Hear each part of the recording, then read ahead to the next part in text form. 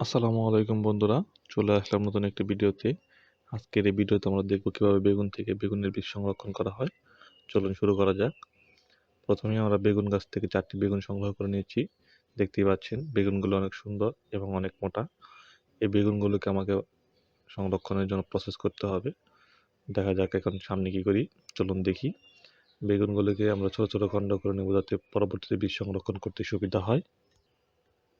এখন বেগুনগুলোকে আমি সরিয়ে নিব এবং এগুলোকে ছোট ছোট খণ্ড করে কেটে নিব।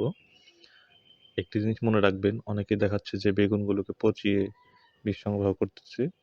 এটি কিন্তু সঠিক নয়, কারণ বেগুনগুলো পচে গেলে এর কার্যকারিতা বা গুণাগুণ নষ্ট হয়ে যায়।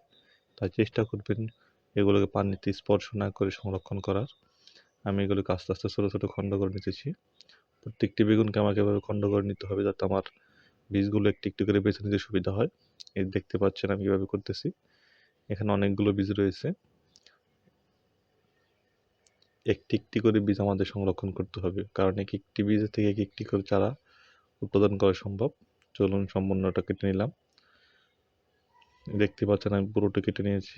এখন এগুলোকে আমাকে বাছাই করার জন্য প্রসেস করতে হবে। যেহেতু একা সম্ভব নয়, এটা অনেকে মিলে করতে হয়, না হলে অনেক সময় লাগবে। তাহলে আপনাদেরকে পুরোটা করেই দেখাচ্ছি। চলুন শেষে কি হচ্ছে দেখা যাক।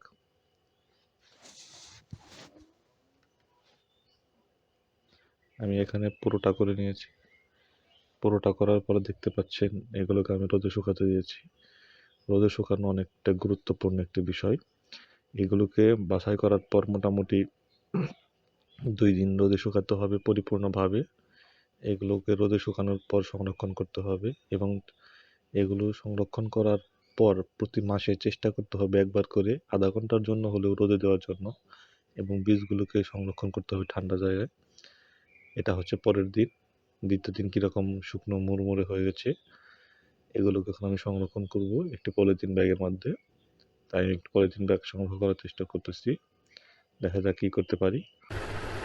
ধন্যবাদ সবাইকে ভিডিওটি দেখার জন্য।